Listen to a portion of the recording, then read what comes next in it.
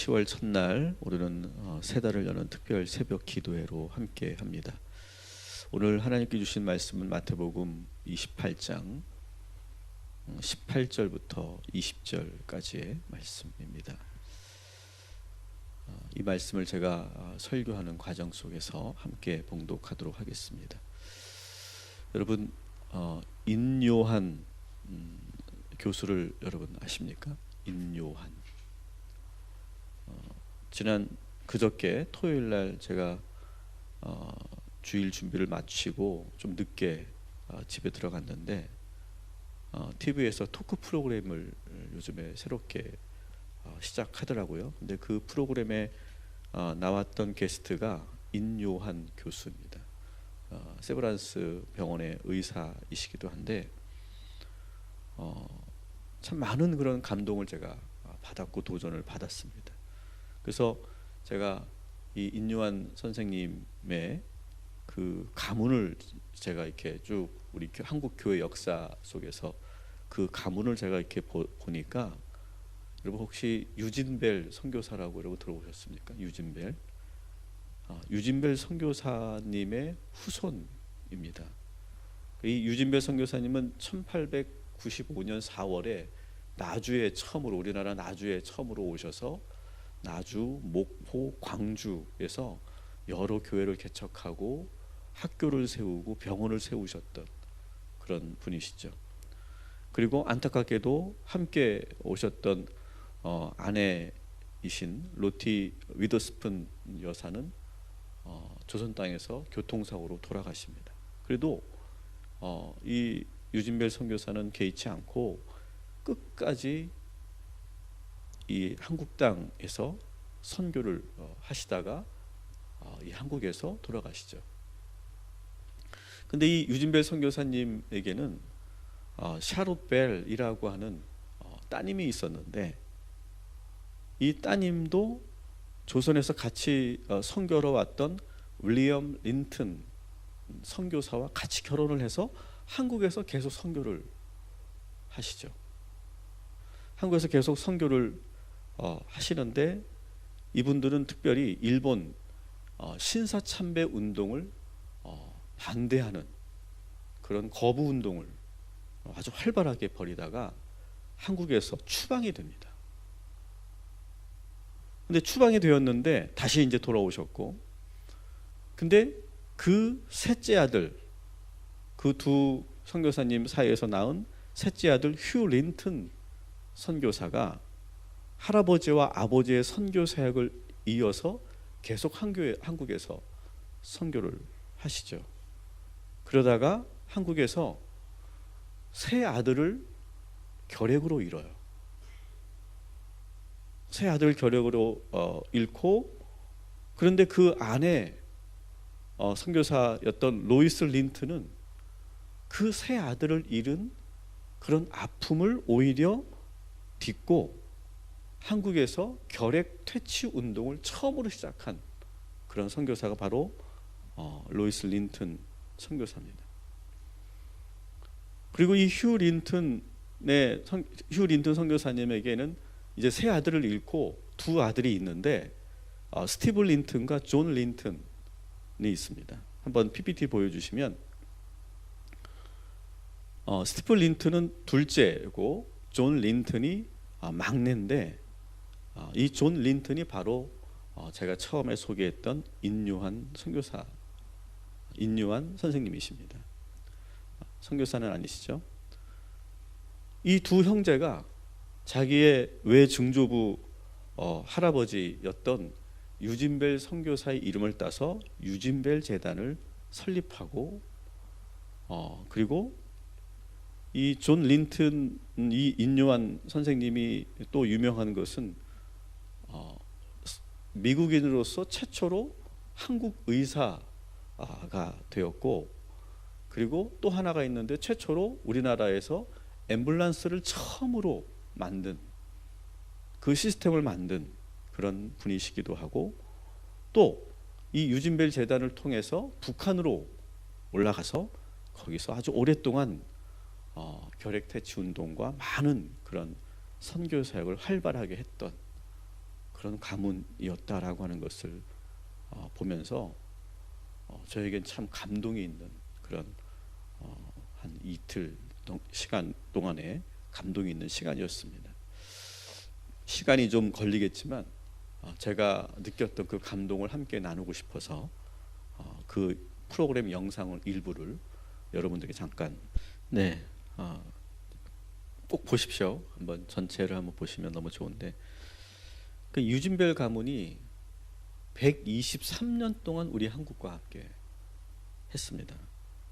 그리고 이 아까 프레스트 검프라고 표현을 했는데, 한국의 그 격동의 그 역사 속에 늘 함께 했던 가문이죠. 아까도 보신 것처럼 신사참배운동, 3.1운동에 함께 했고, 또 인천 상륙작전에도 같이 참전하기도 하고, 또 지금 방금 인유한 선생님은 광주 민주화운동 때 광주로 직접 들어가서 거기서 활동하기도 했던 그런 이력을 갖고 있습니다. 그러니까 123년 동안 한국 사람들과 목숨을 걸고 함께 뒹굴면서 지냈던 그런 가문이 바로 이 유진벨 가문입니다. 저는 이 프로그램을 보면서 참 많은 생각을 하면서 저에게 그런 질문을 했어요. 근데 이 질문은 내가 나에게 하는 질문이 아니라 하나님이 저에게 하는 질문으로 느껴졌어요. 그리고 저는 이 질문이 여러분들에게도 저는 계속 울림이 있기를 바랍니다. 이런 질문이었어요. 만일 대한민국 근현대사에 복음을 들고 이렇게 들어온 선교사들이 없었다면 과연 우리나라 역사는 어떻게 됐을까? 한번 여러분 상상해 보십시오. 그냥 교회만 세워지고 뭐 주의 복음을 전도한 그런 일들만 한 게 아니지 않습니까? 그리고 제가 더 도전이 됐던 것은 어떻게 이 선교사들은 자기 가족 모두를 데리고 조선 땅으로 올 수 있었을까? 그러니까 내가 개인적으로 사명을 받았으니까 나 혼자 가서 선교하고 가족들은 위험하고 불편하니까 두고 올 수 있는데 다 데리고 온다는 거죠. 그리고 그 자식들이, 아내가, 남편이 그 선교 현지에서 목숨까지 잃었는데도 계속 선교를 하고 있다라고 하는 거죠. 그리고 만일 내가 선교를 떠난다고 했을 때 그 가족들을 그 선교지에 있는 그 사람들과 같이 어울려 놀게 할 수 있었을까? 아까 사진 이렇게 보면 새 아이가 이렇게 쪼르르 앉아 있는 그 장면 보시죠. 그 가운데 있는 아이가 인유한 선생인데, 그 당시 얼마나 더럽고 악취나는 그런 환경이었겠어요. 거기에 그냥 아이를 풀어놓은 거죠. 아이들을 다 풀어놓고 그냥 그 서양 아이들이 영어도 모를 정도로 그냥 그렇게 풀어놓고 현지들과 같이 뒹굴며 뛰놀고 살도록 할 수 있었을까? 그리고 저들의 그 사회 문제에 함께 목숨을 걸고 그렇게 참여할 수 있었을까? 내가 더 감동적인 것은 우리 자녀들이, 저는 목회자인데 우리 자녀들이 이 아버지의 삶을 보고 나도 저 삶을 살아야겠다. 그 유진벨 가문에 보면 그 자녀들이 다시 돌아오지 않습니까? 다시 조선 땅으로 돌아오고 떠나지 않고 아예 여기에 뿌리를 박고 할아버지처럼 아버지처럼 우리 어머니처럼 내가 살겠다.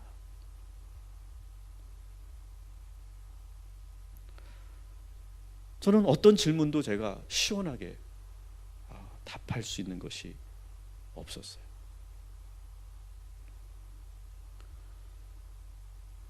그러면서 다시 근본적인 질문을 제가 하게 됩니다.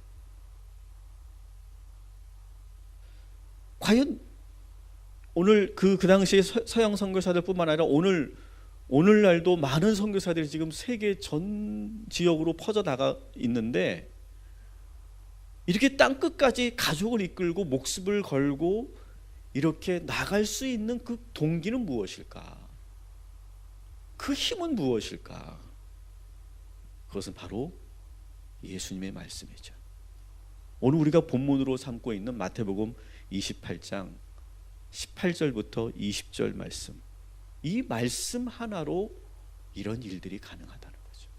우리 한번 이 말씀을 함께 읽도록 하겠습니다.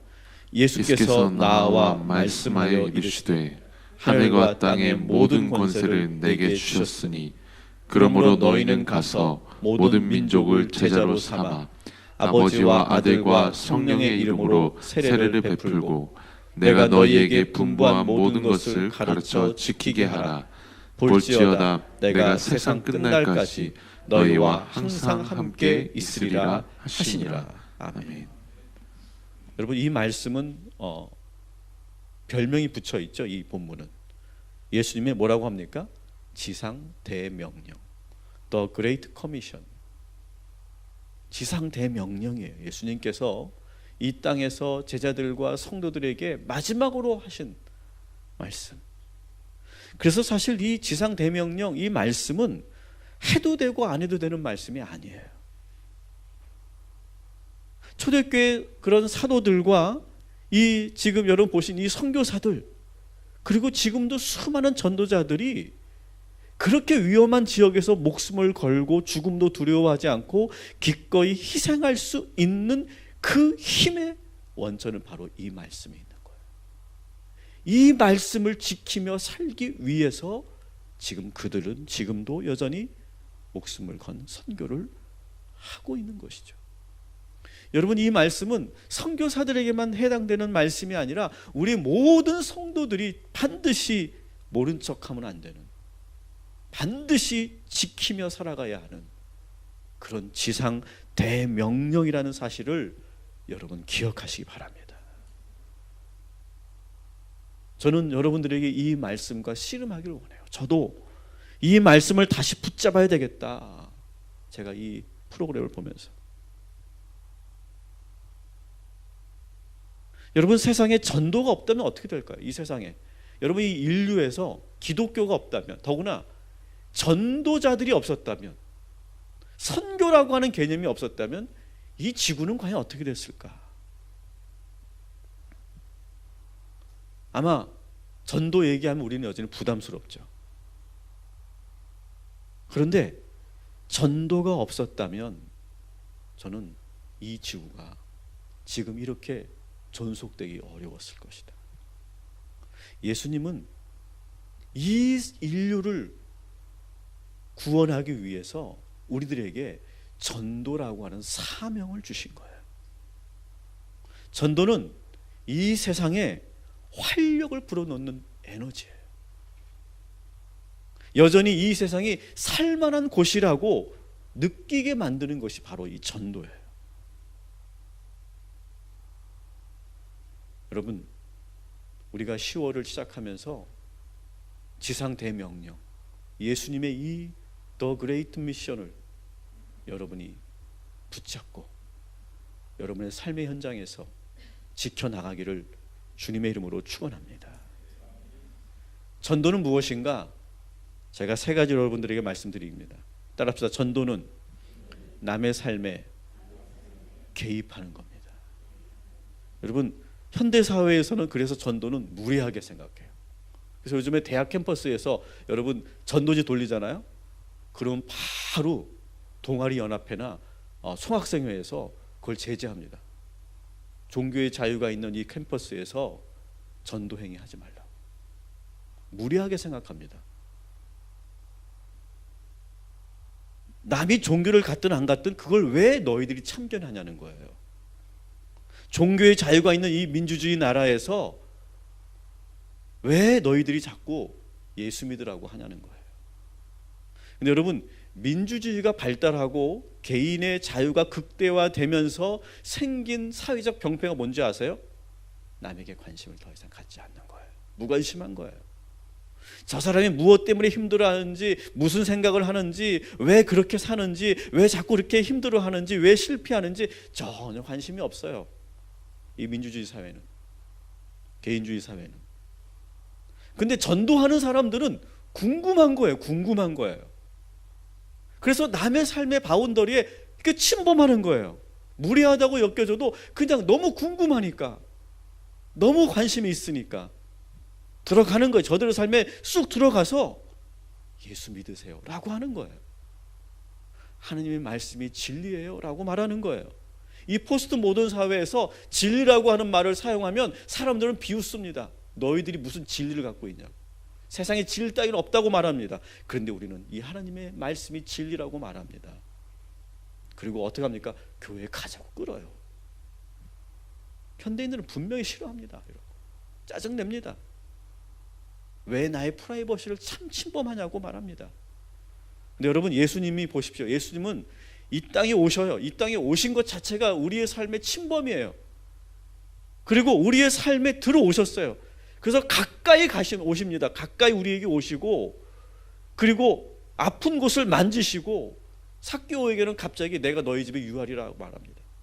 거기서 같이 먹고 마십니다. 그러면서 자기들 나름대로는 잘 살고 있는데 예수님이 뭐라고 합니까? 회개하라고 합니다.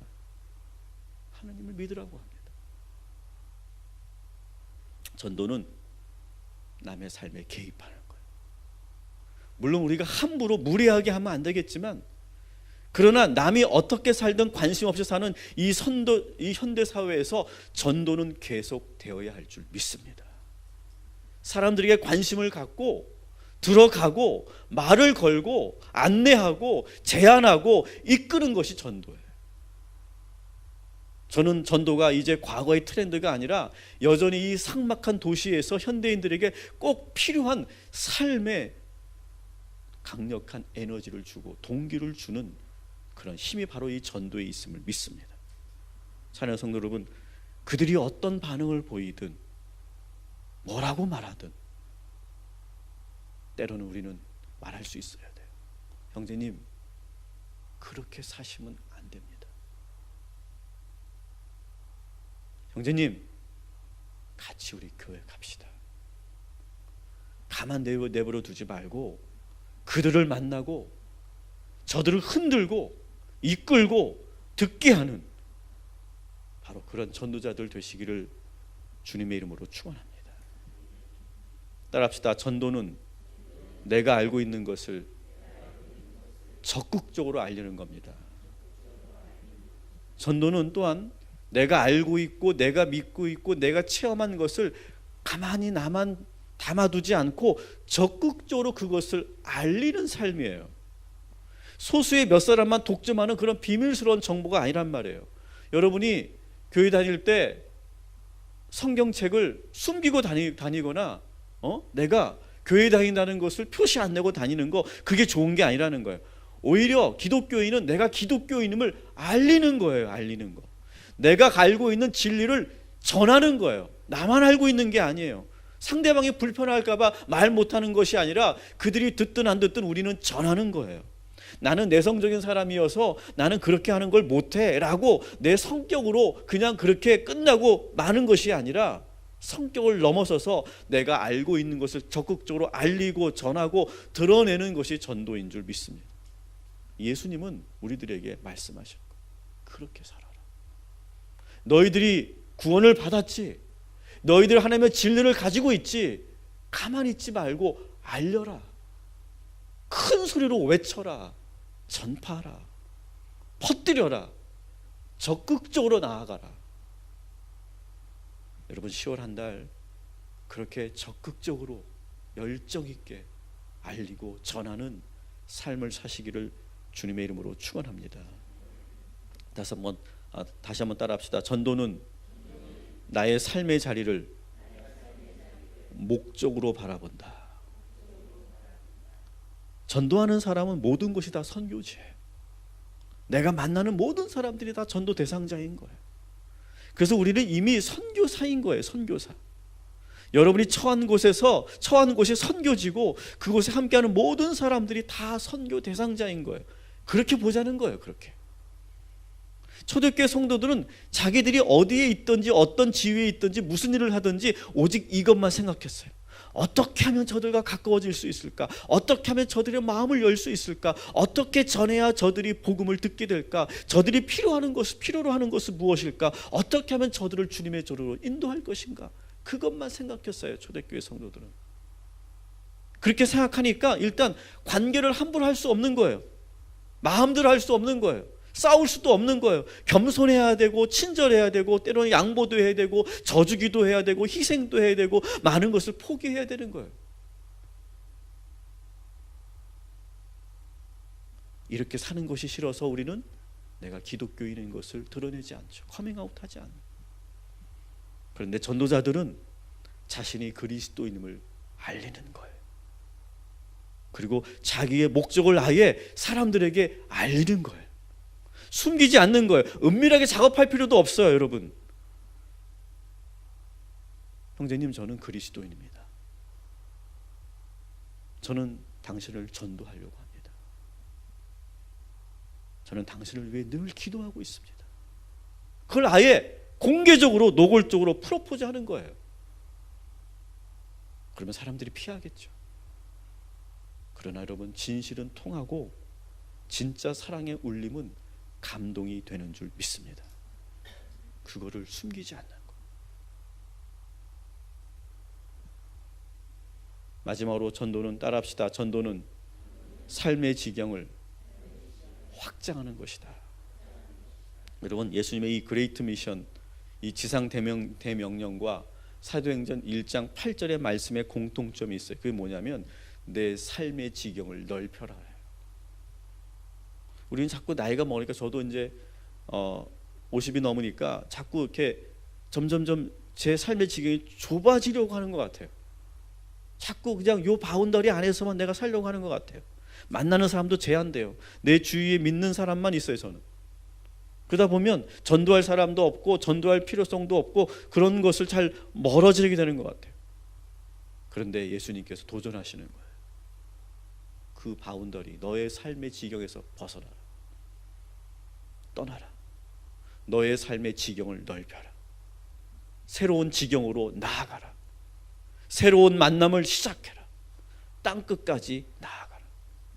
여러분, 10월 한 달 여러분의 삶의 지경이 더 넓어지고 그곳에서 주의 복음을 전하는 그런 전도자의 삶을 사시기를 주님의 이름으로 축원합니다.